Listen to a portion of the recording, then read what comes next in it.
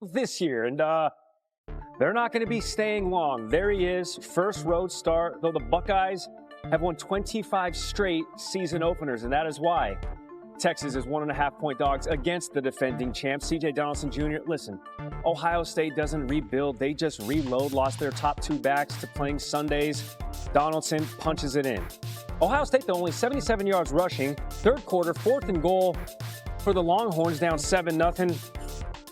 Arch and Burnt Orange didn't get the same result. Texas had 4 drives end in turnover on downs, 2 red zone opportunities, scoreless in both. 3 minutes to go, third quarter. Arch with time, finding, connecting with Jermaine Matthews Jr.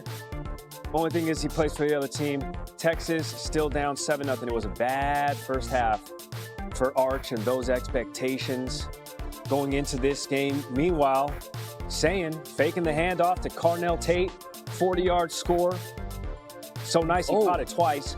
2 catches on that catch, but 2 catches in the game. 49 yards in the score. Jeremiah Smith, 6 catches, 43 yards. Got to have this. 4th and 3. Arch Manning. You can't put it in a better place to Parker Livingstone. Randy, did it hit him in a bad spot? Oh, right in the hand. Right in both of the hands. Both of the hands. Yeah. Guess who loves it? New defensive coordinator Matt Patricia. Not his first time scheming up against the Manning during his time as DC there with the Patriots in New England. It's Manning again, 3rd and 10, now down 14-0, 3.5 to go. This time, Livingstone squeezes it. Upon further review, confirmed it was a catch. Ooh, okay. Confirmed, hey, got to make it close. All right. Got to make week 1 close. Texas, though, down 14-7. Texas ball, 2nd and 10, 2 to go. Uh-oh, here comes Arch, 17-30, 170 yards, most of which came in the second half, most of that coming in this fourth quarter, 3rd and 5. Oh, man, got to have it. Ryan Wingo can't make up the catch, so that brings up 4th down, 4th and 5. Arch, very strong, completes it to Andrees. No. Stopped just short of the marker, C.J. Hicks. He could smell and taste blood. Ohio State, your defending champs, improved to 5-0 all-time at home against SEC teams. They take care of Arch and the top team in the land, 14-7. Here's Coach Sark after the loss. They made Arch work. I thought at halftime, Arch having a chance to really sit and look at the tape and understand some of the coverages they were playing, I think that helped him into the second half and play. And so we definitely can lean into that. The story of the game was the defense. Matt, I thought, put a good game plan together. The coaches put a good game plan together, but the grittiness of our guys running around. There's a lot we can build on here, a lot we have to improve on. The team you see right now will not even be close to the team you see halfway through the season or at the end of the year. Yeah, Texas actually outgained Ohio State offensively. It's the Ohio State defense, though, that dominated Arch, taking the pressure off Julian Sand. Manning completed 57% of his passes, that 170 yards. Through that score, did have the interception. Most of those yards came in the catch up the middle. He had 26 in the first half, yardage-wise. Sand threw for 126 in his own right, including that 40-yard touchdown that you saw. He took care of the ball, though. No interceptions. Night game in Death Valley is Clemson tangled with LSU. 9th-ranked Tigers of the Bayou coming in, taking on the 4th-ranked Tigers of South Carolina. No, it's cool because they ride in a bus in uniform, then they run down a hill. It's dangerous. It's dangerous. It really is. It looks dangerous. It is dangerous. It's not dangerous. Also tough to tackle this man as Kate Klubnik found Bryant Wesco Jr. and then Adam Randall. Randall the scandal. The franchise. Come on, the Rando. He's in. He's in. Clemson takes a 10-3 lead. Clemson looking for his first win against the SEC since the start of last season. Ball. We are so back. That'll help. That's Ronan Hannafin forcing a fumble as the LSU drive stalls. But Garrett Nussmeier will come correct in the second half. Down 10-3. The Heisman hopeful dumping it off. That's Aaron Anderson. And Anderson just going to matriculate. How about 39 yards down the center of the field. 6 receptions, 99 yards for him. And then it's Caden Durham. Whereas Clemson really struggled running the football. They only had 31 rushing yards as a team.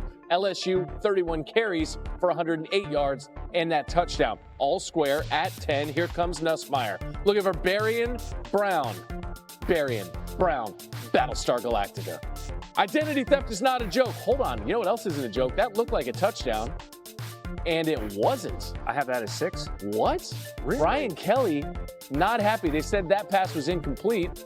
Would have been a touchdown for Texas at Ohio State. But Kelly was looking for just his second career win over an AP top 5 team, the other being against Clemson when he was at Notre Dame. Okay, still tied at 10, fourth quarter. Nussmeier to Trey'Dez Green. Big body, big grab. Trey'Dez not gonna do it. Trey'Dez. Touchdowns. Wendy's? What? Okay, 230 passing yards and a touchdown for Nussmeier. The lead is 17-10. And here comes Clemson. Cade Klubnik, man. We're gonna open up the club. Glow stick, sandstorm, the club. Let's go. McClure, we all family in McClure. That was to Tyler Brown, and Klubnik has a chance here, 4th and 4, but he got flushed. Ooh. He got chased, and that is it. What do these Tigers dream of? How about a season-opening win for the first time under Brian Kelly?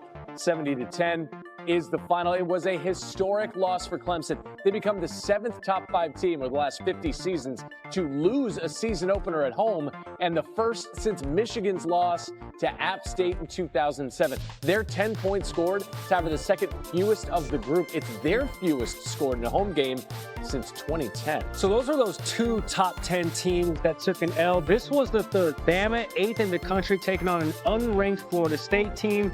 Tommy Castellano said they don't got Nick. He can't save him. He wasn't the only one.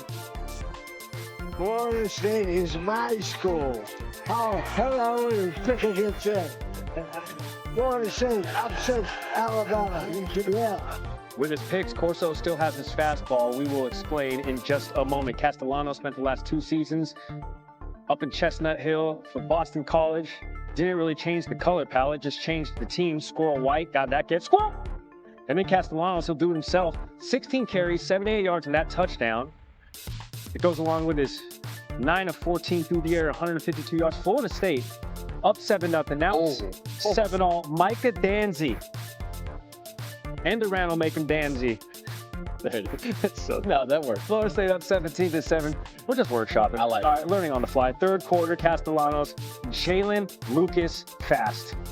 Bama can't catch him. They eventually do. Kalen DeBoer on the verge of dropping 4 games to unranked teams in his first 14 games as head coach of the Tide. For perspective, Nick Saban had 4 losses against unranked teams in 17 years. Oh, man. Florida State up 24-7. Let's go to the 4th quarter. 2nd and 4. Gavin Sawchuk. He'll do it himself and then gets the push. That breaks the plane. Florida State up 31-17, 230 rush yards, 4 rushing scores. Last season, they didn't have any 200-yard rushing games.